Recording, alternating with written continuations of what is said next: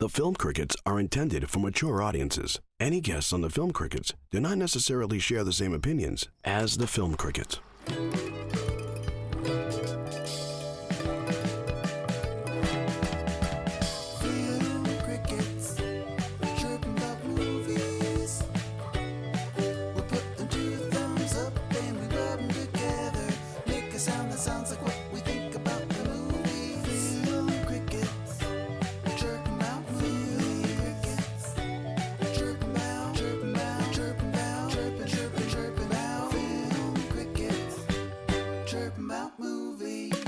It's time for the Film Crickets with Jay Fortier, Chris Martineau, and Melanie Howerton. On this week's episode, our good friend and the extremely talented Kevin Barbare joins the Crickets, and Jay, Chris, Melanie, and Kevin review the 1984 American martial arts drama film, The Karate Kid.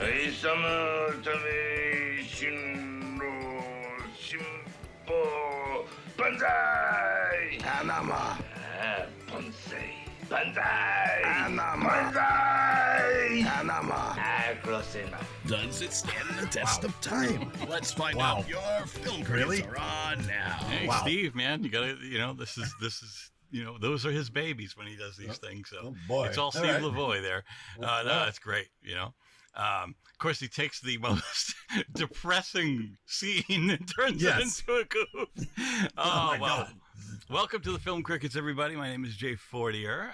We do a podcast about movies from 1980 to 1999, and I'm along with my good friend and co-host, Chris Martineau. How you doing, man? Hello, Jason.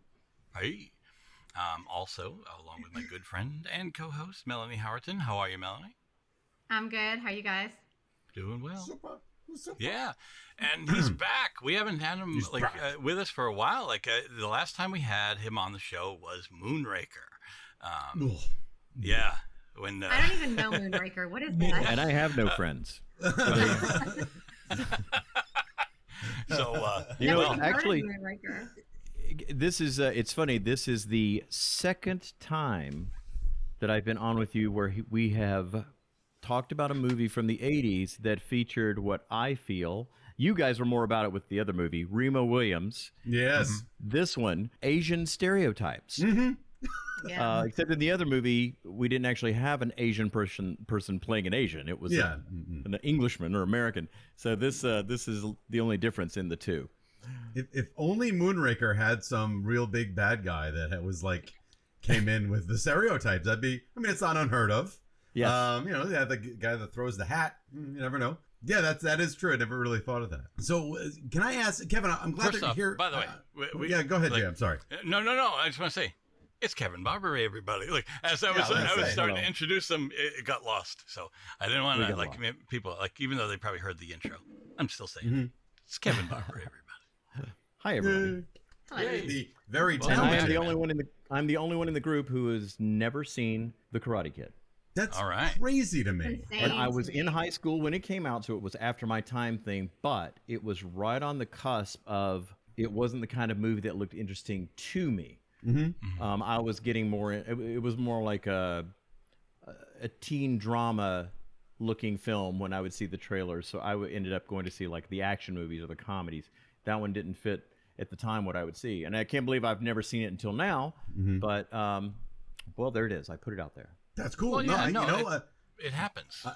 There's movies I had not seen ever. And everybody's always like, "Oh, how about that? How about that?" I'm like, "I don't know. I've never seen it." Go ahead. How about that, Remo Williams? Right. Hey, listen, if you want to talk about another movie that I have never seen and still have not seen one day, and you probably already done it on your show, I've never seen Top Gun.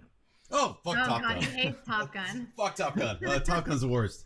Top Gun's Okay, we're good. news. I'm not missing anything there then. We did do it. I love it, and Melanie loves it. I assume she likes it anyway. If not, and, I didn't get to do it with you guys though. No, but you liked the movie. Yeah, yeah. The first one and the last one was all right. I'm glad they, give Val Kilmer a part to come back. It was all right. It was good. It's not like it was my favorite thing, but it was good. Kevin, watch it. But with this one, The Karate Kid will actually be, does it hold up for real? Because I've never seen it. I only know the couple of the lines that people quote all the time from it, and like sweep the leg and wax on, wax off, all that stuff. I know about it, but literally have never seen it. Yeah, all right, I definitely want to touch upon those one-liners, because I think as time has gone by, and I'll get to it later, I think we give it more gravity than was actually in the movie. Yeah. Like, it seems like it's some big thing, like, Luke, I'm your father, but it's literally like, and it's over. But we hang on to that idea. Who chose Karate Kid? It wasn't Kevin, because we three of us. Okay, all right, and then we said, "Hey, Kevin, you're gonna watch this." So we said, yep. And that's when I heard the story about how he's never seen it, or never drew him in either. So yes, and didn't I send you a message afterwards telling you that I found out it opened the same weekend as Moonraker, and it was the second highest grossing movie of the year after Moonraker? Is that what it was? No. That was about Amityville. Oh, Amityville. yes, Amityville Horror. Yes, that opened the same weekend as Moonraker and was the second top grossing movie of the year after Moonraker, was Amityville Horror, which you just did on your show. What the heck is Moonraker? It was a huge... It was a James Bond movie. James Bond movie. In space. Oh, okay. Yeah. So right. bad. Now, what's interesting about that is that he said it was did you say a Christian youth group event? Oh, they went to see Amityville Horror? Yes. Our little youth group at church went to see the Amityville Horror, and Moonraker was playing next door. I opted for Moonraker. I did see Amityville Horror later on, but but I remember that weekend seeing in the paper or something that the Amityville Horror was the top grossing film that weekend, so I knew it was making a lot of money. Well, Chris has a worse story than that. I do. I was about to tell you. Can I say the story? Oh, I knew it was coming. Yeah, it's coming. So I'm not here to one up anybody. Everybody's story is fantastic, but I went to my Catholic church had a rockathon, which basically means that it's not rock and roll. You bring your rocking chairs into the basement of the church, where it's kind of like the rec hall kind of situation, right? And you kind of sponsor. You get sponsors, like a readathon or something like that, right? So I'm gonna go on this weekend. I'm gonna go into the basement and I'm gonna sit in a rocking chair and rock all night long, and you pay me $2 per hour, and it's a fundraiser for something, right? Mm-hmm. So the people that organized this, who was involved in that church, they saw it as kind of like a sleepover situation. Like, we're gonna be up all night, blah, right? So we all brought our rocking chairs in. And then they provided soda and donuts and all the shit you'd have at a sleepover. And then they chose movies for us to watch, like a sleepover. And a couple of them they're like 2 or 3 of them. And one of them was okay. I don't even remember what it was. But when it got late and it was time for the scary movie, per no request it's almost like the title that I'm about to say almost seems like we were trying to trick the people that organized it to let us watch this movie. No one knew what this movie was except for me, because my grandmother's a video pirate, and she had this movie. The movie was, again, not been announced to anybody, The Entity. I'm not sure if you understand. Yeah, open, about a woman that gets raped by a ghost over and over again. Graphically, nakedness, actual scenes of sexual assault, it was crazy. And after the first couple of scenes, the people in charge are like, I don't know. And then at one point, when you saw, there's a scene where she's on a bed. I'm not saying this is funny. Sexual assault is not funny. I'm just saying there's a scene where she's on a bed and someone comes in and she's being assaulted, and they have a special effect where the nipples are going in and out. Yeah, somebody's pushing them, but you can't see who's doing it because it's invisible. Then she can't see it, and there they just got up and went, boop, see you later. It was hysterical. But you never stopped rocking the whole time. No, not at all. And people are like, what is happening? And I had to go to a friend of mine. I'm like, hey, I've seen this. You have no idea what's about to happen. I didn't tell anybody. I certainly wasn't going to tell the people in charge. You don't want to be the authority on the entity at 14 years old. Yeah, I know. Yeah. Oh, less than that, probably. I was just right? Because my grandmother would rent anything and we would be kind of subjected to it. But I was just like, oh my God. It was so hysterical. And so you know what? Back to the innocence of the Karate Kid, where nobody's sexually assaulted anyway. Honestly, Karate Kid could have been on the same choice for the evening. We could have started with Karate Kid, and once midnight hit, we hit the Entity. Graduated. To the entity. Up to the Entity. Oh my God. Anyway, so let's get to the Karate Kid. So let's go around the horn here. I think we already talked about it. I like to start with, what's your history with the Karate Kid? When did you first see it? How many times is it that you watch it a lot? So on and so forth. Let's talk about Karate Kid. I'm going to start with Kevin. Oh, Kevin, what is your history with the Karate Kid? So, again, I'd never seen any of the films. Okay. Not the remakes, not the next Karate Kid with Hilary Swank, none of the films. Never seen the television show. Obviously seen famous clips over the years from the first movie. And I did know some things about the film. I've actually met everybody who's in it over the years. Never seen it. So sat down completely blind, and I honestly don't have a lot of bad things to say about it. And I'd say at least 90% of it is because of Ralph Macchio, who is just so good in it.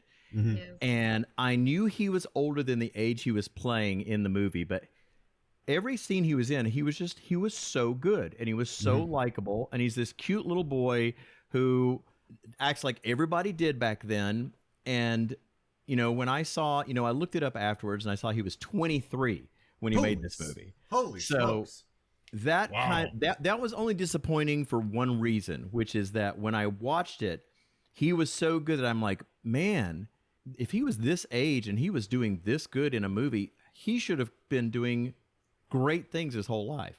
Yeah. And the scenes with him and Elizabeth Shue, I really liked all of the scenes that they were in together because it really felt real. It didn't feel like it was made up. And he would do little nuances, like in the tournament, he would have no lines. They would just do like a cutaway shot. He was always biting his nails. Yeah. And I'm like, that's totally something somebody would do these days. And I really enjoyed it. One of the funny things, it seemed a little oddly placed, but it did show he was a really good actor. He had a few temper flare-ups during the movie, like really bad ones, like punching a wall and all this stuff, which was it kind of went along with what you would have expected of an Italian kid raised in the environment that he was. But those are the only times you saw it. You never saw that come out in any other play. So I don't know if that was on purpose to make us realize that, hey, Mr. Miyagi kind of showed him that temper is not going to get you anywhere, and to center that into something else. But they didn't really connect those two because they only showed it in these little bursts, like with the jealousy about the girlfriend and the getting mad about school and breaking his bike and all that. But outside of that, there really weren't any bad performances per se. I think all of the bad guys, all the Cobra Kai guys, were a little bit over the top. So it kind of took away from the realness of Ralph Macchio's performance. Sure.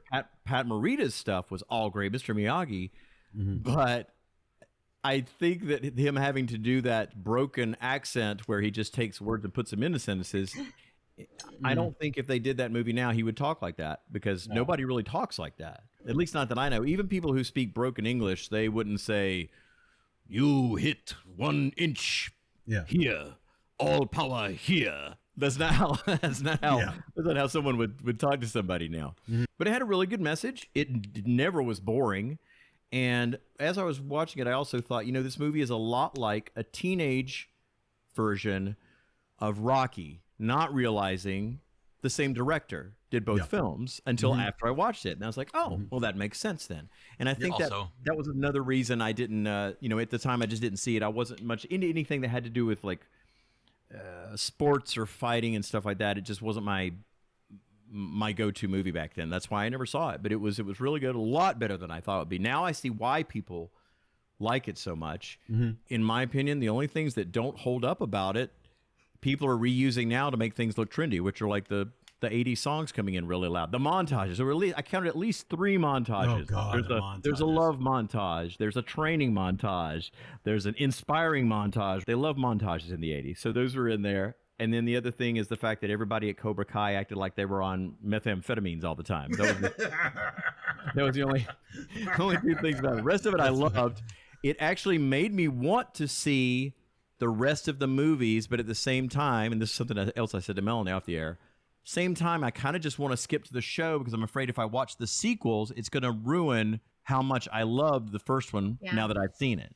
Sure. Because I feel like there's no way these can all 4 of these 3 sequels with Ralph Macchio can be as good as this movie. And the thing is too, is when you do watch Cobra Kai, they'll have clips of the movies that you hadn't seen, of good parts in there that will kind of make it all play together, and you'll understand more of the connection that these people had. So I think you probably don't have to really watch the other ones if you went to Cobra Kai. One of the things that I reacted to, like I was a kid watching the movie, because I swear I didn't even know. So this is why I was like, what? When he was doing all the wax on and wax off and the paint up, I didn't know that was going to end up being what it was when he. Yeah. So that whole scene where he does it on the beach and he's showing it. I know everybody's been through this like 20 years ago now. I have just now experienced it. I thought that was great. That was just great. Oh no, it's literally like my favorite part of the entire movie when he was like, "That's it, all I've been is your slave." Blah blah blah. He's like, "Get over here," and then he's like, "Show me this, show me that." That is like the best part to me ever. Like the look on his face, when he's showing it. And then he goes, "Show me wax on, wax off." He goes, "Wax on, wax off." He goes, and then I love Mr. Miyagi's face. Wax on, wax off. Wax on, wax off. Wax on, wax off. Hey, wax on, hot. Wax off. He's like, the way he says it all sarcastically, like, nah. And Ralph Macchio is so skinny. That was another reason I didn't realize he was 23. He looks like a little kid that was going to get beat up. And he's teaching him. Got to be like 80 pounds. Yeah, he was. Oh man, he was so thin, but he's got such an expressive face.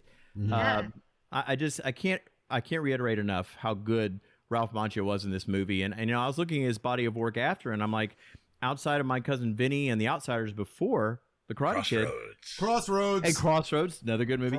He really didn't do movies his whole life that should have, I feel like should have taken his career where it could be. So I'm glad that this show is so successful.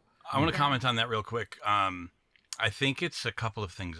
He still to this day looks really, really younger than he is. Like he's in his 60s now, I think. Or something like that. Like he's about, I think he's in his 60s. He's 61. And, okay. Does not look anywhere near 61. Okay, so so that being said, if you're in your 20s and even your 30s and you still sort of look like Daniel-san, like it's hard for people to and it was so iconic. So you had an iconic role and you look young. It's hard for you to graduate to become this older person that you want to be. Right. Even when how many years later was My Cousin Vinny? It was 91. Almost 10. Yeah, that's close to 10 years, right? And yet he's just playing someone who's in college. I looked into I read the quick I almost immediately went into watching the second movie, and I decided against it. And I was looking at the synopsis of each film, and I read that in the last Karate Kid film that he was in, Ralph Macchio, which I guess was 4. I didn't even know there was a 4. Was there a 4? Am I wrong about that? There were 3. So in the last one, in 3, he was playing his character, but his girlfriend in it was 16, and it was very uncomfortable because his age at that point, he was in his 30s, and they had him with a 16-year-old girlfriend in the movie, and he said it felt awkward to him and everybody else that they were doing that, but though they didn't kiss. There was never a thing that happened between the two of them. It was maybe it's going to happen. Okay, so my ex-boyfriend showed up, and now I'm going to go with him. Sorry, no hard feelings. Thanks for spoiling that. Now I know that's not going to happen. That's okay. There's one less thing for you to watch. I'll be honest. I got to be honest, though. His open mouth kissing of Elizabeth Shue is a little unnerving. That man ate her face. I didn't actually notice that. Oh, God. It's like, wow. What? Whoa, easy. I mean, I know it was a moment. She looked not I know it was a moment. Yeah. Oh, my God. He ate her face. Yeah. What is happening? So let's go to Melanie. Because we haven't gone to everybody's history. Yeah. Okay, so I'm pretty sure I saw it in the movies. I just don't exactly remember. Always loved it. And I was telling Kevin that, I cannot be in the car and not hear Bananarama, Cruel Summer without going, I want to go home and watch The Karate Kid. It just makes you, you just love, I love the song, and it just puts you right back into that movie, and you just want to go back and watch it. I don't remember when, but I went out and got the DVD, I don't know how many years back, and had the kids watch it, and they loved it. It's not like for me, Halloween, I don't put it on every chance I get, but if I do get in the mood to watch it, especially if I hear that song, or God, if it's on TV, there's no way I'm not going to watch it. That's Chris? Cool.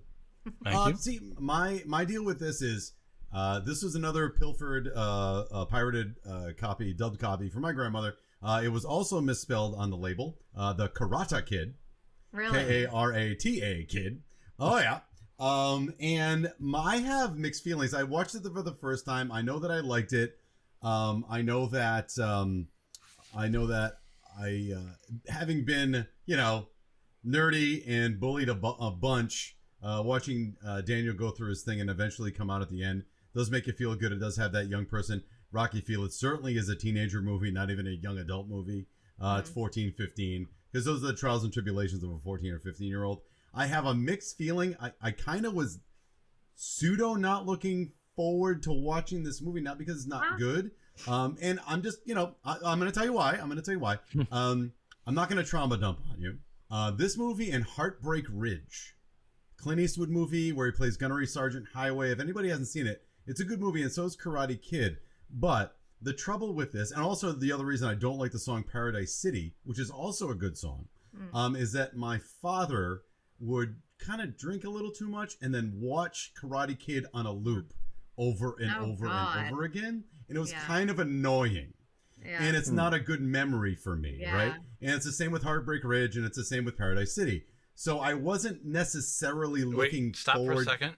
Yes? I'm not sure what Paradise City has anything to do with anything. Because you used to listen to Paradise City over and over and over. No, I didn't know if it was if it was somehow weirdly in Heartbreak Ridge. No, and also Thunderstruck by AC/DC. Those four things. So again, I'm not going to go into detail, but I just didn't want to.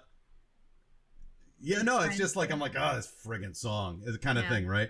So I'm like, my wife and I'm like, no, she hadn't seen it in like 1,000 years. I'm like, well, we'll watch it, and I'm glad I did. I'm glad I got to see it with fresh eyes. I do have opinions on it, but no, I mean it's fantastic. So again, that's kind of just being open and honest about, like, it was hard for me not to grimace or like try to pick it apart because I had this knee-jerk reaction to not like these things. But it is a good movie. There's no doubt about it. So, Jay, on to you. Yeah. Before I say that, to add to the Rocky theme, Bill Conti is the composer for the music. Yeah. Who did Rocky? And I did sort of remember that from seeing the album in the stores when I was younger. So, and instead of doing the pan flute, he went out and got that guy Zamfir. That was famous. Oh my God! I thought it sounded like Zamfir. Yeah. Huh. Oh, Zamfir, I love. He's up there with "Turn It Up, Man." Yeah, like who did basically 2-minute infomercials for an album from Zamfir. Oh, I love doing Zamfir. the pan flute, right? Yeah. So my history, I did not see it in the theater. I wanted to, but when you're like 12 years old, you only have so many options to go to the theater. It's not like you can just, unless you live right next door and have the money to do so, you got to someone has to take you. So I remember like waiting like a year, very excited. HBO would show like the music video by Survivor, which wasn't a big hit because it plays in the ending credits, so nobody like paid attention. They were already leaving. And so like they would play that video. And so I was, regardless, waiting for a whole year for this, and then finally it came out like on video, I think I saw it on cable for the first time. It is so up there for me. It's like I like to say top 5. It is. You can see it behind me somewhere, like right here, up on my wall. I've loved this for the longest time. I did not have to watch it yesterday, but I chose to. And I really didn't see much difference about as far as like I didn't pick up on anything new, except a couple of things I was excited about reading the subtitles, and that like gave me some words I never heard. I did turn on the subtititles. Me too. Halfway through it, I said, you know what? I need to go back and turn on the subtitles. Yeah. To see what is exactly being said. Mr. Miyagi's saying half the time. You need to go back and go, what did he say? Right. Yeah. Like he was like, what did he said something like, young bee need young flower. To make honey. To make honey, young bee need young flower, not old prune. Like there's so many little things that he says, and I'm like, did he just say what I said? Like I said, I kept rewinding. I'm like, I'm just gonna put the subtitles on. No, I'm such a fan that before Cobra Kai was on Netflix, it was on the YouTube premium site, which was called YouTube Red or something like that. I went out and got like a month's worth of that just so I could see the show. And then would dump it as soon as they were done. And then next year I did the same thing. And then finally they Netflix bought it and brought it over, and people see it for the first time. So by the time it went to Netflix, I was already a pro at it. I was like, I freaking love this. It was very exciting. So I love it. Cool. Yeah. Hey, can I talk about Ralph Macchio for a moment in this movie? Ralph Macchio, here's the thing, and he is so likable. We mentioned it a moment ago. He's got that baby face. He's super likable. He goes through a hell of a lot, and he does everything he's told, and he works so hard. And I think the reason, and correct me if I'm wrong here, but I think the reason we like Ralph Macchio from Go, and the reason that we can follow Ralph, or the Danny, I won't say his actor name, Danny through the whole movie, is that Danny has a strong sense of right and wrong from the beginning. Mm-hmm. He has a strong center, even without a father figure who we never know what happened. The dad's not in the picture, and they don't go into it, and it doesn't matter, because Danny has been in New Jersey. This is how New Jersey people stick up for themselves, and he's polite to people. He gives them the benefit of the doubt at first. He's not gonna, even though he gets beat up a lot, he doesn't really take shit really from anybody. Right. He's brave from go. He's not meek, even though he's so small. He is not meek. So he is, and I always mix up the two, the difference between brave and courageous. Courageous is doing the thing that scares you, even though you do it, even though it scares you. And I can't tell the difference between him. If he didn't have that center, all of these lessons would be lost on him. Yes, he gets impatient. Yes, he wants to, when are we going to do karate? When is this going to get better? And when he does freak out, which you mentioned, Kevin, he hits his elbow on the thing and he throws his bike away and he says to his mom, why can't we just go home? I think that speaks to, that's the little weak part of him that says, I just want all of my problems to go away. But Danny is more than capable of dealing with problems. He just needs help with this new set of problems. If he didn't have that center, that's why Elizabeth Shue likes him. He's not like all these other guys that are there that are patriarchy. She doesn't friend zone him. She doesn't we're friends because you're so not threatening. She's attracted to him because he knows that he's going to respect her. He respects people in general, except for bullies, and all bullies should go. Anybody else on that? I mean, that's what I picked up from that. That's why you wanted to keep watching him, as awkward as he is. Hey, you guys, what's going on? He's so awkward. It's uncomfortable somehow. And it's his facial expressions too. Yeah. He's just so absolutely genuine. It's insane. Yeah. Can we talk about the beach scene for a second? Sure. When his supposed new friend and the little apartment there invites him to the beach party, they are he's hanging out with these guys all day long, friends, and with the girls all day long. It is now nighttime, but these jerks show up and start all this stuff. And I saw that guy in the neighborhood. He was egging him on to fight him. It wasn't like he was oh, don't fight, Danny. Don't do this. It's embarrassing. Blah, blah, blah. No, he was get him, and he's egging him on. And so he gets the crap beat out of him because it's a bunch of guys beating him up. And he's in the dirt. And then and the other guy, who's actually Court from Friday the 13th, Part 6, he's oh, you pick some really good people to hang out with, some really good guys to hang out with or whatever. And they're all making fun of him now because he lost the fight, and leaving him in the dust of sand. It's I thought that was the most betraying thing ever. You're hanging out with someone for an entire day, your friends. And it, I said, I had to look at that because I remember his friend doing that.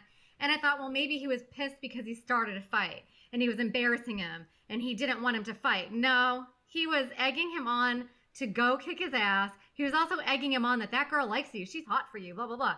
So he was all into it. Go get him, And he loses and they're oh, we don't want anything to do with you anymore. You're just a piece of crap. We're going to leave you in the dirt.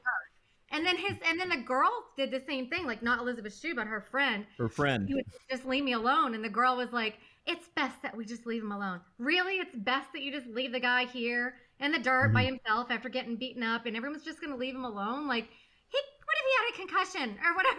I mean, he could have just, you never know. You could have just died on the beach somewhere. Yeah. And then they just, oh, well, we left him there because we decided that he just needed to be alone. Even though we hung around with him all day long, he lost, so now he's a piece of crap. Just leave him alone. It's almost like a new sheriff coming into a town where the bad guys pay off everybody in town. So Danny being the new kid, this probably took all the heat off of everybody else. Yeah. So it's like, hey, fight him. We know you're going to get your ass beat, but they won't be coming after us anymore. They'll be coming after you. Yeah. I think there's also the idea. I mean, and I'm not defending Freddy whatsoever, and that's the guy that's the lead. In the apartment. Yeah, at the apartment. Who, by the way, has a shirt when you first meet him with two cartoon pigs doing it, and it says "Making Bacon." And when they showed it on TV, they had to blur it out. I guess on like network TV. Oh, really? Yeah, it's a stupid cartoon shirt that you really have to like start looking at to see it. But so Freddy, I think, I think he was excited that he met somebody that quote unquote knew karate, because remember, like, he kicks the door, hits Freddy when he first walks into the apartment. He goes, "Hey, you know karate?" He goes, maybe you could teach me sometime. I bet you can kick some ass. He's playing all this wacky shit in his head, and then all of a sudden it's like he's probably like fantasizing, I got my own like ass kicker guy, like, you know, like I got I got this friend. Oh shit, he doesn't know anything. All right, never mind. It's like when that scene happened, when he kicked the door in and he said, "Well, it's okay. Do you know karate?" If somebody kicks a door in, my first thought is not, "Do you know karate?" Yeah. Well, yelled hi-ya, though. That was kind of ham-handed to get that to connect to the karate part of it, I thought. Well, but, yeah. I think because he yelled, like, you know, the typical, yeah! Like, you know, yeah. It's like a guy that uses a hammer and it's like, "Hey, are you a subcontractor by any chance? I need you to do my floors." Yeah. You bet. What? So I have to ask that it's okay to spoil this for me, but I was really curious because they never delved into his father. My first thought later on is, oh, I wonder if that's something that's going to come back in the series, like his father all of a sudden out of blue, "Hey, Danny," is going to show up. They've never done anything with his father. No, Wow, that you would never be meet a him. great. That'd be a great surprise. I think he left, and I think that's all you hear about it. Like in the, I think in the second movie or whatever, he talks a little bit about it. And it gets brought up a little more in Cobra Kai, but like, you know, so there's nothing. The way that Danny talks, I wouldn't be surprised if it was like Cake Boss.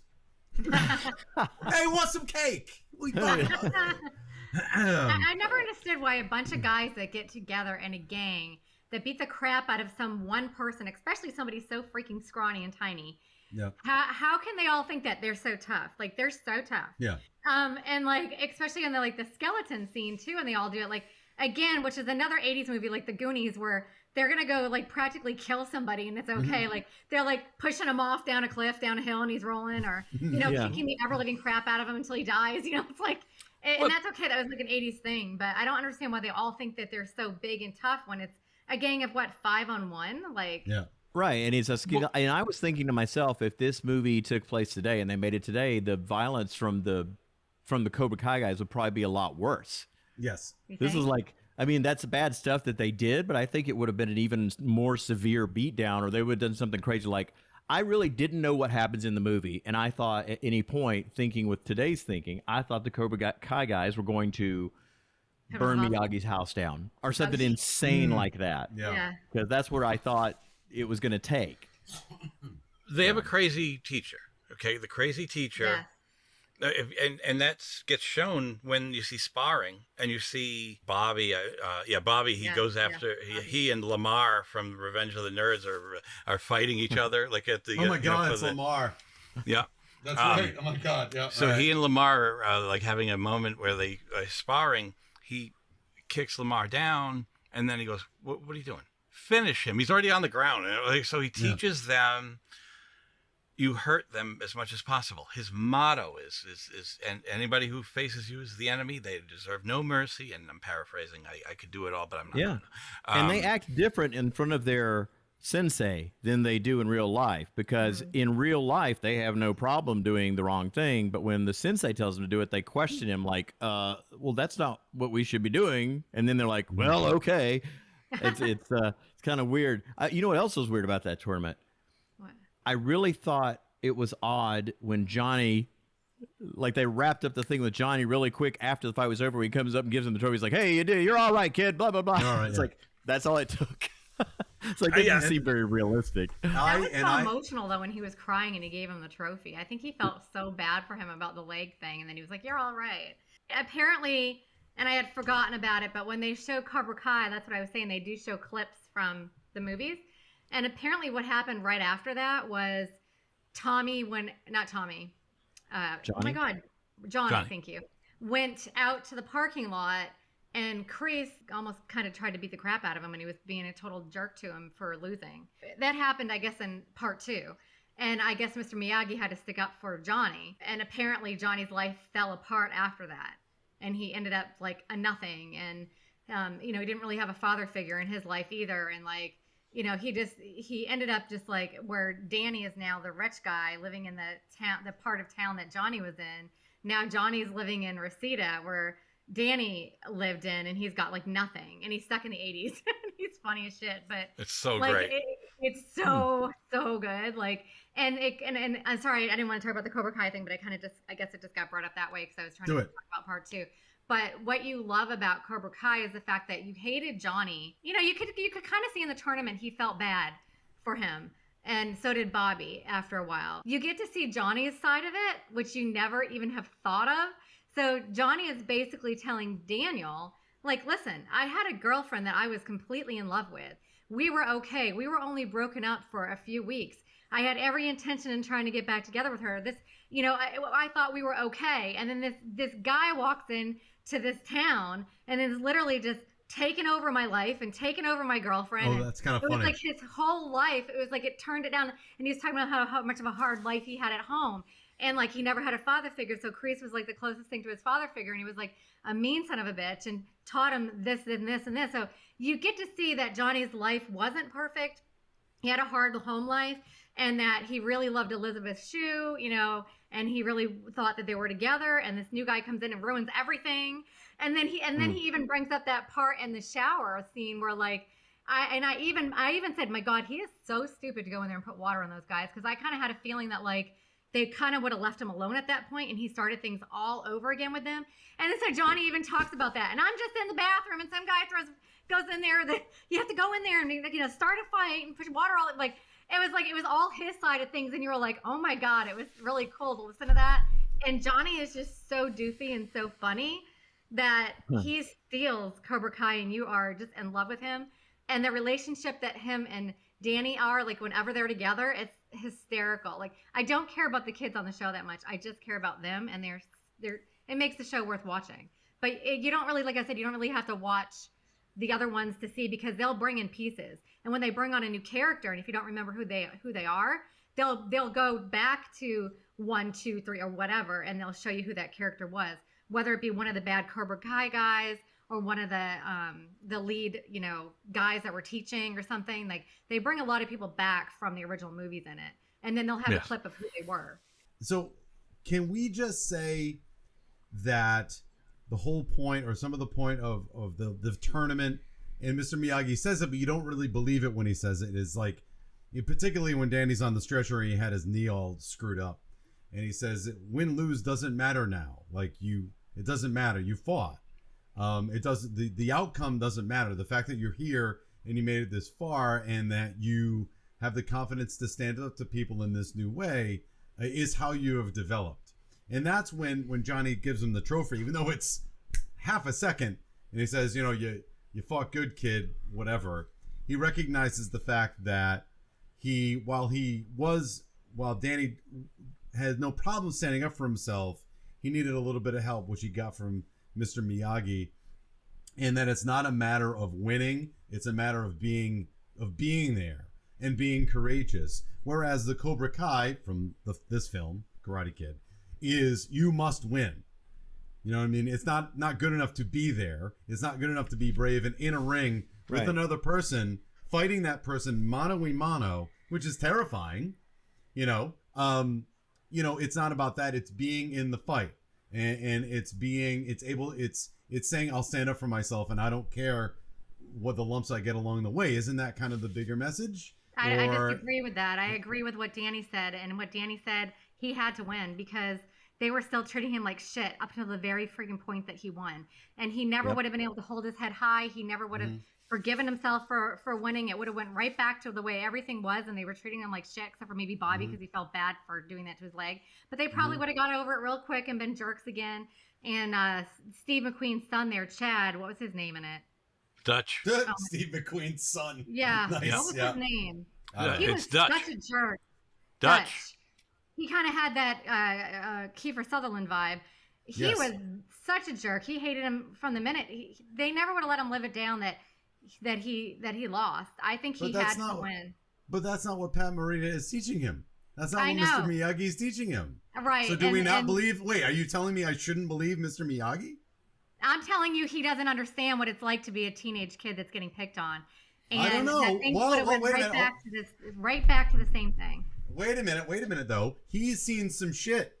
Yeah. He's been in an internment camp when they were putting away American Japanese people for no reason during World War II. That's far worse than being a teenager in 1984.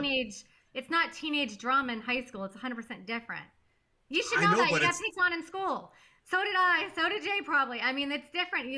You kind of need, even though he showed up and did all that, a normal guy that was decent maybe would have respected him, but they would not have. They were total assholes. Yeah, they were win no matter what, and he was go back out and see it to the end, win or lose, and you'll be the bigger person. Yeah. He had to go back out there. So what's the message of the movie? You have to win, or do you have to be the bigger person? No, I think Melanie's, I think she's hung up on the winning aspect, but I think going the distance probably would mean a lot more to the guys, in general. And at the same time, Miyagi's got a lot of more answers. Yeah. So I'm not saying that it's all about winning, but I think that he kind of had to win. To have a little bit more respect for him. I'm just bringing up, I'm not disagreeing with you. I'm saying, is that counter to the message of the movie? And it's fine. Whatever you take out of the film, it's all good. Yeah. I just throw shit on the wall. I think about, maybe one of the reasons I never saw the movie is when I was growing up, all the kids that I knew who took karate and were very boastful about it were more like the Johnny Lawrences than they were the Danny LaRussos. When I saw a movie come out called The Karate Kid, I'm like, well, that doesn't look interesting to me at all. Right. Yeah, but it was actually about the other guy. It wasn't about the ones that I was used to. And then not to bring up Cobra Kai again, but Johnny has his way of teaching kids because he was learned by Kreese, and Daniel has his way of teaching kids because he was taught by Mr. Miyagi, and they kind of both realize that you need a little bit of this and a little bit of that. It's not all one, so they had to kind of work together. And you can't just, I don't know, you have to watch it, but they kind of explain that you need a little bit of both. That makes sense, and that is what happened in the end. Mr. Miyagi and Danny, neither one really wanted to go out there and have to fight and kick somebody's ass, but they were left with no choice if they wanted to remain respectful of themselves and be respected. I love how he steals the black belt. Yes, very slick. Funny. Miyagi, not Miyagi. Yeah. However, can I, Jay, I pick on Jaws, even though it's my favorite movie, and there are some things in this movie that you gotta bring up in terms of, oh, come on. And he makes up a karate school. He gives Danny I forget what the suit is called. The karate uniform. I never remember what that is either. The gi with the emblem on the back that was his wife's, Mr. Miyagi's wife. And when Danny, so he fakes his way into the tournament, steals a black belt. That's, by the way, a hysterical scene. But then later when we see the leaderboard, they have the Danny's logo, up there already, professionally done. Guys, come on. You're right. I never even thought of that, but yes, it shouldn't already be there. But guys, how great is it, and you can make the other point. I just want to say, how great is it? Right after that, he hands Daniel the belt, and he goes, "Where the hell did we get this?" And he goes, "Buddha provide." Yeah. Yeah.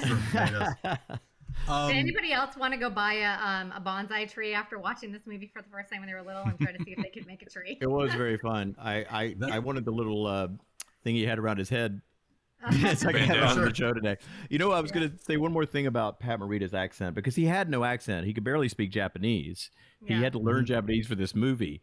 The part where he is telling the story when he's drunk about what happened to his wife and infant, it reminded me of Long Duck Dong and 16 Candles talking about the car crash. Because he was like, "Oh, complication. Baby, not survive." Oh, God. Car crash, big lake. Right. I see what you mean. But I think what was happening mostly was like you're getting both the version that like is, there's the front version, like where he, like is he's trying telling to play it off and not. He's telling the story a little bit about what happened to his wife and unborn son.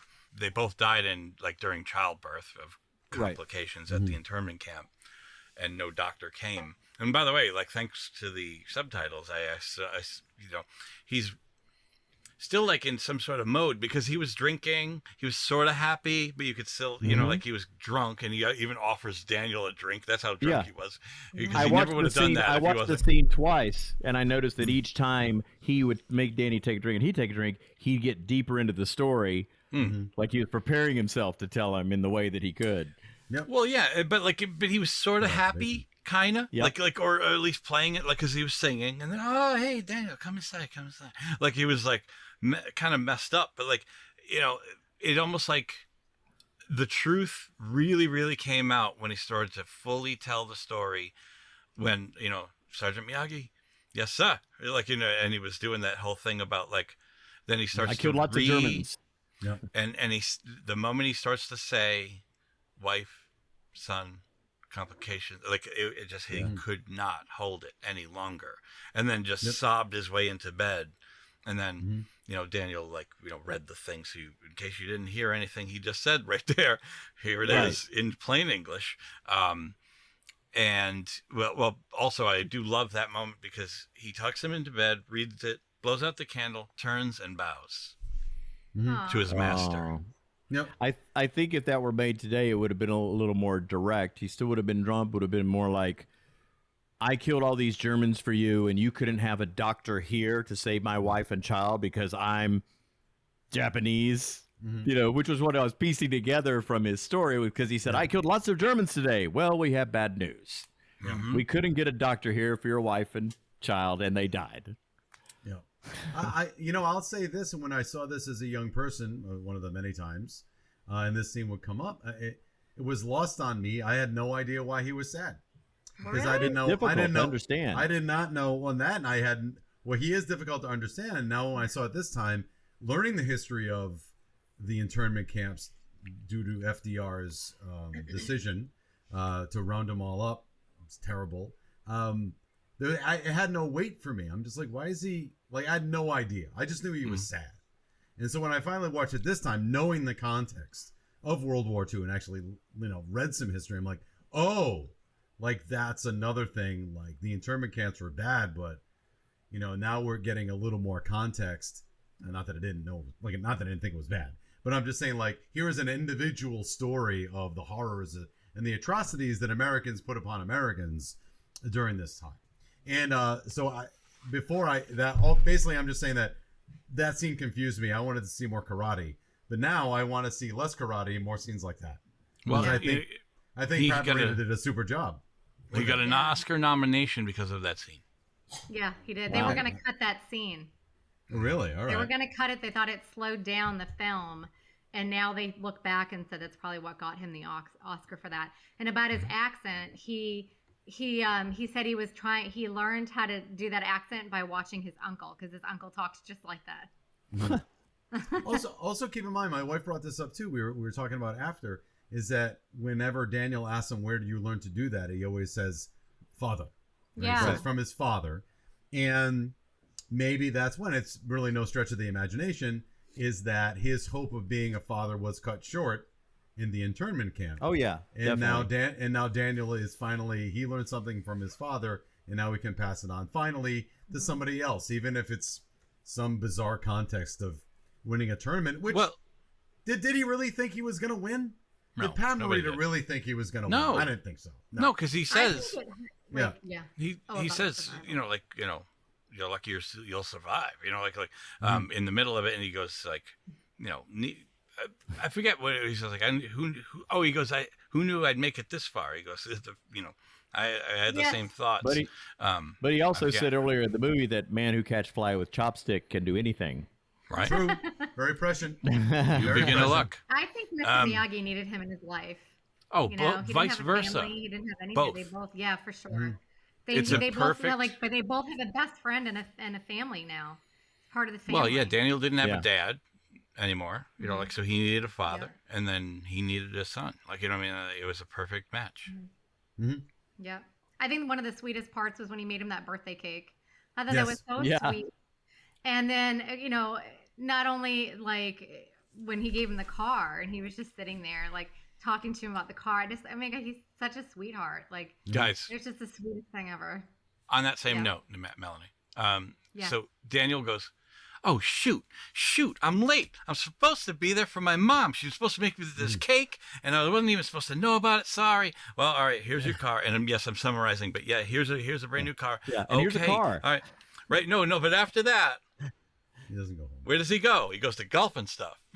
There's the golf and stuff. Yeah, you're right. I never see him go to his mom for a freaking. I was like, wait a minute, you weren't that upset about missing it. I was like, go right to golf and stuff.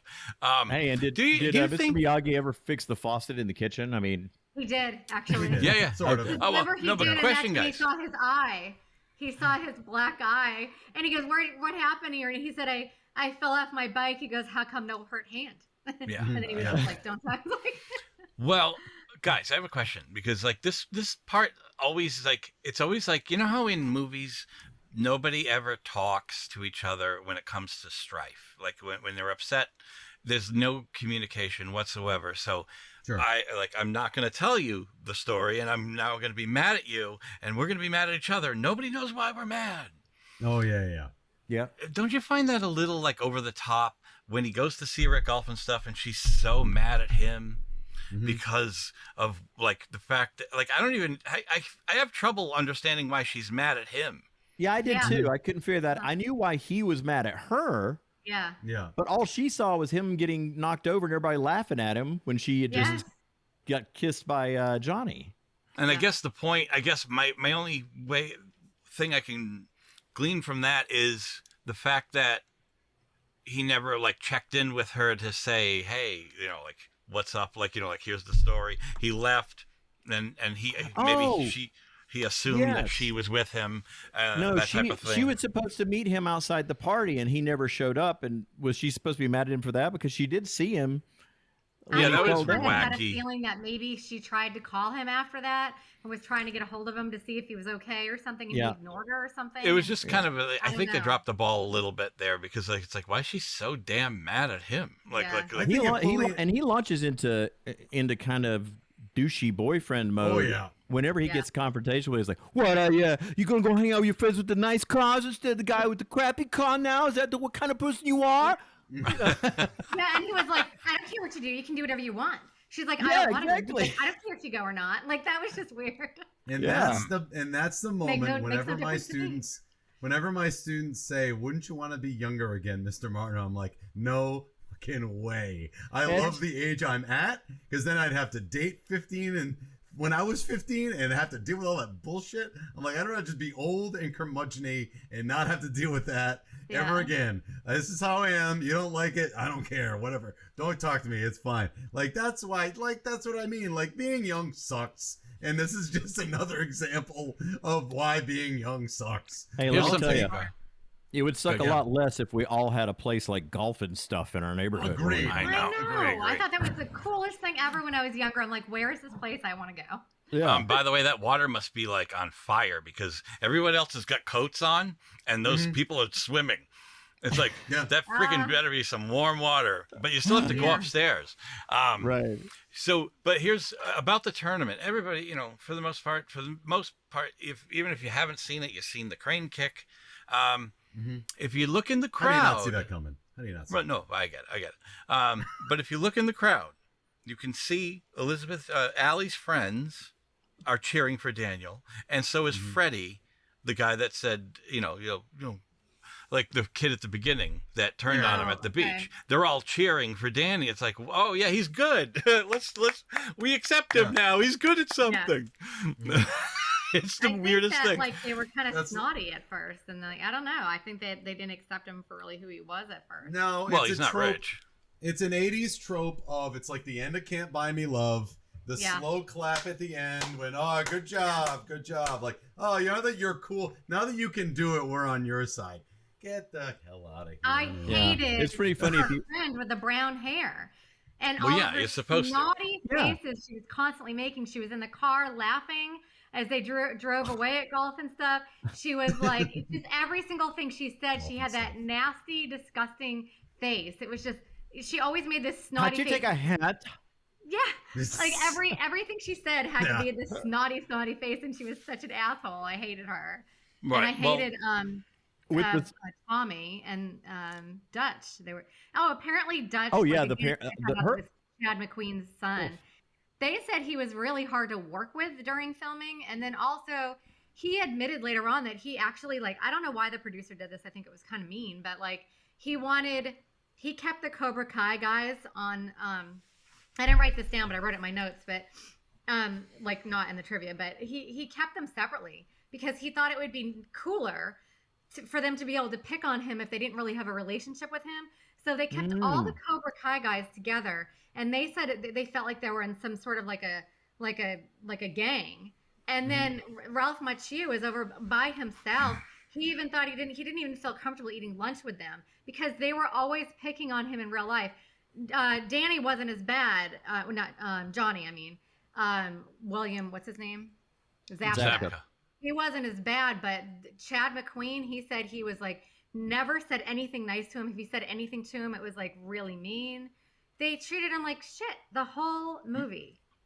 I don't know if he's a method though. I mean, if he's method, then you're going to deal with a guy like that probably. The producer made them do that. They separated them on purpose. No, but I'm saying I don't know anything about Chad McQueen being an actor, but if he's a method actor, he's someone who is going to pretend he's Dutch, for the whole thing, and fuck you, Danny, treat because I'm going to give you. Have you seen Fast Times at Ridgemont High? Yes. Okay. Well, Jeff Spicoli, who's played by Sean Penn, the word Spicoli was on his dressing room door. He said, "Mom, Dad, call me Spicoli." He's Spicoli for the entire freaking time during filming. Okay. So some people don't shut it off. So I don't know if that's the case. But to give some extra on what she's talking about, the guy who trained everybody for the movie was the ref with the mustache. That's point, winner. That guy, he trained everybody, and he trained them both sides in two different ways. He trained when he got the Cobra Kai guys. He was talking to them like this, get in the corner, do the push-ups on your knuckles. He was rough with them, and it was like a Buddhist with the other two. Really? Good. Let me give a couple. There's a couple funny things I wanted to say that Mr. Miyagi said. Oh, when he goes, "Hey, what kind of belt do you have?" He goes, "Canvas. You like? JCPenney, $3.98." Yeah, that's funny. And then when he was like, "How come you never tell me that you knew karate?" He goes, "You never ask." Mm-hmm. Or when he's talking about that thing on his head, he goes, "It smells bad." He goes, "Smell bad, heal good." Just I don't know, no, funny. Great. And then this is the I think one of the main things about what's so good about the origin, the source of Miyagi's teachings is that he says, karate here, he points to his head, karate here, points to his heart, and says never here, and he points to his belt. So it's it doesn't matter. I fought for life, not a ranking. Yeah. Yeah. So I mean, that's who you want to learn from. Right. That's not measuring it by a freaking a rank. You want to do TMI? Yep. It's time for TMI with Melanie. Listen to this. I am in the bathroom right before the movie starts. And I'm in the stall, and there's no toilet paper. And mine are at home in a display case above my bed. TMI, my friends. It's just TMI? Too much information. Don't go there, but that's lame. Now, here's Melanie with your timeless movie info. All right, Melanie. Let's hear some Karate Kid knowledge. Okay. Budget was $8 million and the gross was around $130 million. This was the top rental video of 1985. Filming began October 24th, 1983 and ended December 8th, 1983 after 45 days of filming. The idea for the Karate Kid came from a producer who heard a news report in 1983 about a scrawny teen being bullied who became a martial artist. Karate Kid was the name of a character in a DC Comics Legion of Superheroes, and DC Comics gave special permission for the title to be used. The movie was more or less shot in sequence, which is really, very unusual, except for the beach scene was the first one that they did. The yellow classic automobile that Mr. Miyagi gives to Daniel as his birthday gift was actually given to Ralph Macchio by the producer, and he still owns it to this day. The car is a 1948 Ford Super Deluxe. Wow. William, isn't that cool? And didn't they have that in Cobra Kai? Didn't they show that in that? Yeah.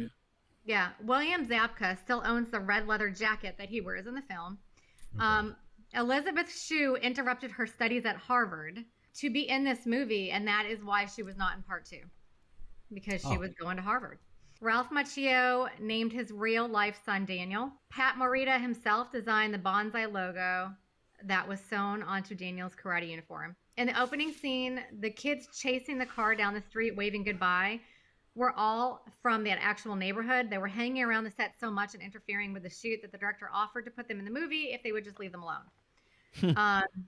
Extras were so caught up in the tournament scene that they would boo William Zabka even when the cameras were not rolling.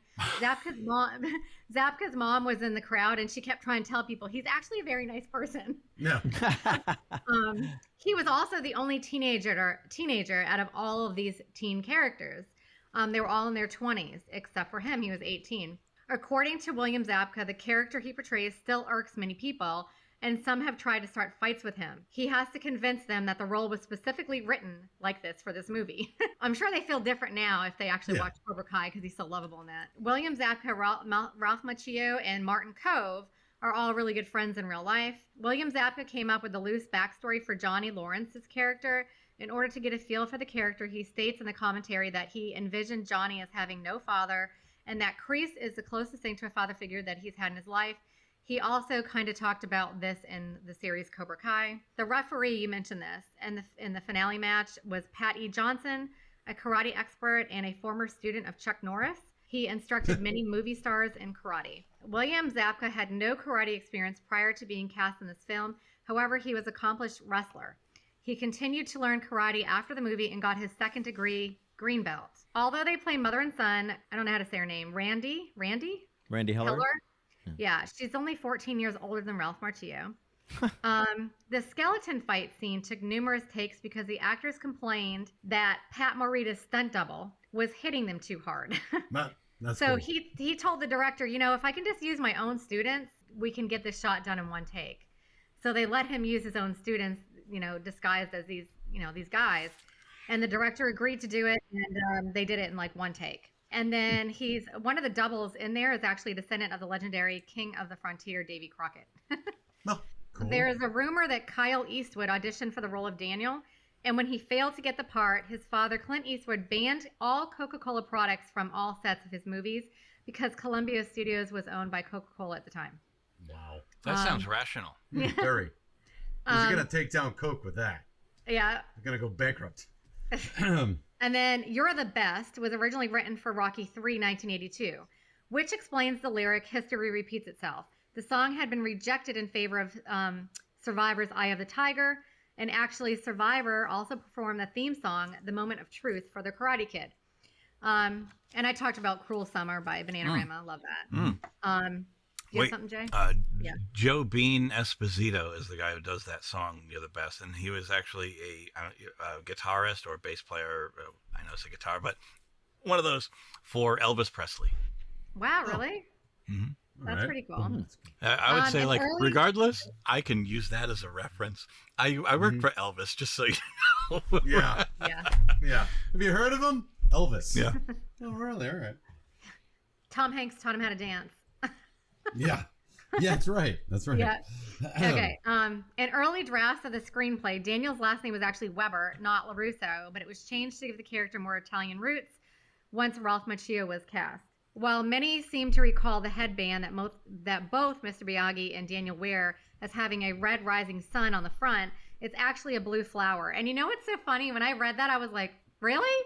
Because I pictured it like that. And I had to like rewind it and go look. I'm like, oh my God, they're right. Because it was only on the back of the outfit there. Daniel LaRusso's apartment was filmed only 1 mile from John Connor's house in Terminator 2 and only 3 miles from the pawn shop in Pulp Fiction. The exterior shot of Cobra Kai when Daniel's having lunch with his mom was filmed right next door to where Michael Douglas buys the snow globe for his daughter in the movie Falling Down, which I want to do that one day with you guys, Falling Down. That's a good movie. Yeah. All right. Cool. That's it. It's time now for Final Judgment. Are you ready to rubber stamp this bitch? Here's the Final Judgment. All right, so and now it's time for Final Judgment, and there's a point where we talk about how well the movie holds up today, and so it's no longer about opinion, but fact. All right, well, let's go to the person who is the newest among us when it comes to seeing this film, so let's go to Kevin Barbare. It legitimately holds up because I have never seen it, and I typically, when we would watch a movie that I have seen before, it's interfered by the nostalgia factor, where I may have liked it when it was out, but now I look at it and I'm like, oh, I liked this. With this one, I had no opinion going in. The only nostalgia that I felt from it was it brought up feelings that I would have felt when I was that age, places that I would have gone and people I would have hung out with, and if you were picked on, those kind of things. If I were to show it to a kid today who's never seen it, I think for the most part, except for asking where the cell phones were, they would get the same appreciation out of it I did. It's just got a really good story, and again, Ralph Macchio he brings that movie to life because he's so believable, and I think that's what really carried it. Awesome. Chris, can I go? All right, yeah. Yep. So I'm gonna say it holds up under the auspices of story. It's pretty much an eternal story on characterization, on acting, and so I'm not gonna say it not holds up, but I'm gonna put an asterisk or a caveat or a thing on it. And again, now I'm glad Kevin brought up nostalgia because I'm not a fan of nostalgia. I don't like things just because I'm nostalgic for it. Yeah. Nostalgia or tradition is just dead people telling me what I should like. That's the way I look at it, right?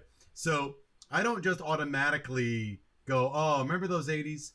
And anybody see Air, the Michael Jordan movie? Not yet. It's got Matt Damon and Ben Affleck. Oh, I have seen that movie. Yes. I'm kind of working through it slowly, like here and there. It's good. It's very good. But it's so steeped in 84. They keep hitting you over the head that this is 1984 over and over and over again. Yeah. Almost to the point where it's a bit too much. Like, okay, I know. It's 84. Stop doing this. Stop showing me Coleco football handheld video game for no reason, stuff like that. This movie accomplishes what Air does, but it's actually in 1984. It's so stinky in 1984 that it's almost like, oh my God, like it's so 1984 that it turns me off a little bit. Yeah. And what I mean by that is that, again, nostalgia is one thing, but like when Danny and I'm sorry, Elizabeth Shue were dating dating the first time and they're at golf and stuff the first time, that felt like a Mentos commercial. And like it just had that like just 1980 happy vibe. Had nothing necessarily to do with the movie except two kids having a good time at the arcade. Or the last shot of the movie is that pause, and then fade out on Pat Morita. Like it's so, and the soundtrack drove me it's good, but it drove me kind of crazy because sometimes it was synth and then it was You're the Best Around and then it was this huge orchestral score. I didn't know what the hell was going on. So, and that was good in 84. That's what my wife kept saying. I'm like, oh, it's 84. I said, I know, but it doesn't mean that like it's good still. Like, cause it just seems like it's the stuff we make fun of now. And the other thing I wanted to mention was that, what's his name? The Cobra Kai instructor. Kreese. Kreese. Like his picture on the wall of him in the army. Oh yeah, hysterical. It was obviously not from then. It was him now in fatigues, looking all mad. So wait, he had a cardboard cutout of himself. That's right, he did. I did in the studio. So here's my bottom line. Yeah, it holds up. It's a great story. Everybody should like it. It would absolutely is watchable by everybody. I think in '84 I would have given it an A-, and now I give it a B+. That's all I'm saying, because it's so sick with '84 that it turned me off a tad, and that's all. I'm not saying it's bad. It's a good movie, and I think it holds up. But I think it's so ensconced in it kind of makes me like, oh god. There's things about what you're saying basically is there's things about it that make it look dated. Yeah. But there's so much of it because that's just the way it was back then. Yeah, that's what I mean. And I'm not even talking about like wardrobe and no cell phones. I'm just talking about the way it was made. Like, the montages did it for me. That was what I felt like were very. Oh yeah, the montage. Well, there were Mentos commercials. I was waiting to see Freshmaker to come up. So anyway, I'll go to Jason. All right. Yeah, no, I mean it's hard for me to say it doesn't. He's got a poster in the back. He's in. They created a series off of it, and it could have failed, and it did not. It's an enormous success because people enjoy it. Because it touches on what this movie touches on. This doesn't just talk about karate. Like yes, it's in the title. That's a focal point, but the life lessons that are learned and the relationships, those things, they're universal. You know what I mean? Like if you take away cell phones, you take away the tech, it's all about like connections and stuff like that. And I think that is basically a main important part of this. And that's why people any day could enjoy it. So absolutely. As far as the soundtrack, I know one thing I think they had said along the lines of, they didn't have a shit ton of budget for that, so they got people who they could, like in certain moments. But it's like a lot of them are unknown. It's interesting. I love the connection that you said, Melanie, about Rocky. That this song, the best, was supposed to be for one of the Rocky movies, Rocky 3. Also, if you want to get to take that further, in part 2, "The Glory of Love" by Peter Cetera, which was the famous song from part 2, was pitched to Rocky 4. Oh wow! So really? Like a funny little combo there. Like I thought it was kind of interesting. So go ahead, Melanie. Definitely. I think it holds up. I still love watching it. I don't think anyone couldn't enjoy watching it. It's just such a good movie. And like I said, and like Kevin was saying, Ralph Macchio's expressions and the way he is acting is just absolutely genuine, and it just makes you just love his character. So it definitely holds up. And like Jay was saying too, as far as like they made so many of them, and now they had a series. I mean, and people still love it. So I mean, I don't think I've talked to anybody that hasn't watched Cobra Kai that doesn't love it. So definitely, I think it holds up. And then I just wanted to say, like in the Cobra Kai thing, they have some of Kreese's background, and they let you know why he was such a jerk and how he became like that. And the entire show, he's trying to get Johnny back on his side because he loves him like a son, even though he has a hard way showing it, and he's a jerk. So I don't know. It gives you like they go so well together. This #1 movie and the series, because it gives you background to all the characters and let you know where they were coming from in Karate Kid. But yeah, definitely I think it holds up. It sounds to me from the opinions of those who were fans of this movie to begin with that I really don't need to see the sequels. No. Until I've watched Cobra Kai, probably I could skip over those because it's not going to add anything to my enjoyment of the first one. No, because if there's anything important, they'll take a clip of it. Like they brought back a few people, not just Kreese, but it was like a few different really bad instructor guys that were like really bad people, and they brought them back and they let you know who they were, and they gave you a clip of who this was back in the day, and you get background. So this is not a case of where a sequel is better. The sequel's not better than the original. Is what we're saying. I love him. I love them, but I love them because I grew up with them, and I've loved this series so much. I wouldn't recommend them to everybody else, though. I wouldn't recommend parts 2 and 3 for everybody. I would say be careful about them, like, because if you're on the fence, you'll definitely go on the wrong side of the fence with those two probably. So I think it's they handle it best in the series. Yeah, I can believe that. Before we finish, can I just ask Kevin a question? Yes. No. Kevin. All right. Because Jay's obviously in the camp on this movie, sees it a bunch of times. Melanie has said she's watched it a bunch of times. I haven't seen this movie since about 1987. And I had no desire to watch it until, we already went through this, right? Yeah. Now you've seen it, Kevin, for the first time. Do you want to watch this movie over and over again? That doesn't mean it's bad. I'm just asking, do you want to watch it over and over again?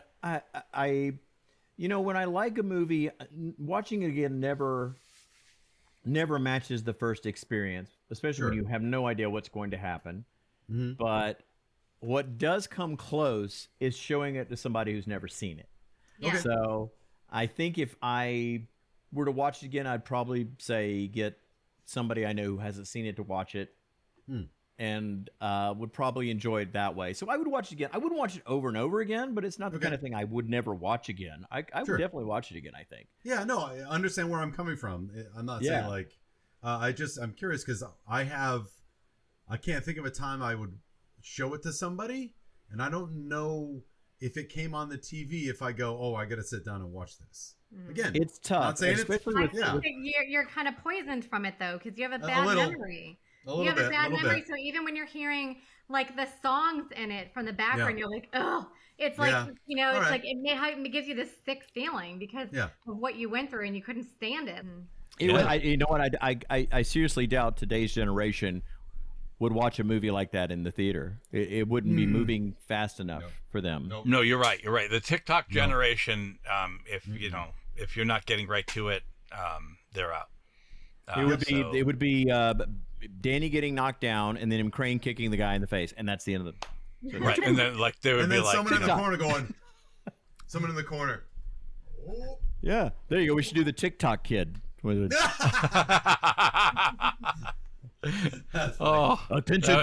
Attention span short, followers big. Remember we used to blame Sesame Street for that shit? Remember we used to blame Sesame Street for that everything shit? On television. That's like watching 2001 A Space Odyssey compared to TikTok. Holy shit. Well, that was our show, everybody, and I'd like to thank Kevin Barbare for joining us here. It was a blast having you back, man.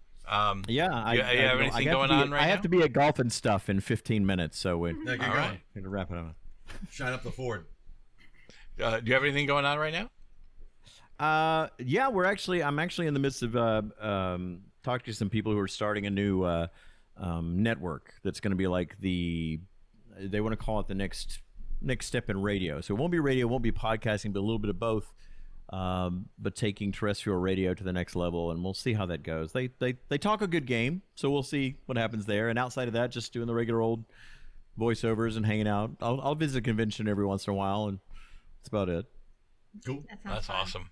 Excellent. Is this one of those shows that people aren't constantly putting in the quarter in the jukebox and having you do impressions? you know what I'm saying? Like what I'm saying is like we've had you on like 3 times, but like we haven't like basically say, hey, do this one and that one. Like does that happen a lot, like, or more often than not? Yeah. Well, whenever I'm on somewhere, they come up with that, or they'll send me say, hey, could you record this for us so we can throw it into our because nobody here can do this, that kind of thing. Yeah. Can you do a couple? I know I'm probably going to aggravate you, but I was thinking the same thing. Can you do a couple impressions for me? Yeah. Well, you'll have to throw me some. I can't just. Okay, give him somebody. Give him somebody. You did. I used to do Michael J. Fox from You do that one still? I can still do that. Jesus Christ, Doc! You disintegrated Einstein. Oh my God, you sound just like him. Mom, Doc, hold on a second. Are you saying that my mom has got the hots for me? I love that. Morgan Freeman. Yeah, you do Morgan Freeman, right? Oh yeah, do Morgan Freeman. Oh yeah. I remember when I used to go to golf and stuff. I'd go get an ice cream, a pizza, bumper cars, play some skee ball, putt-putt, Go down the water slides.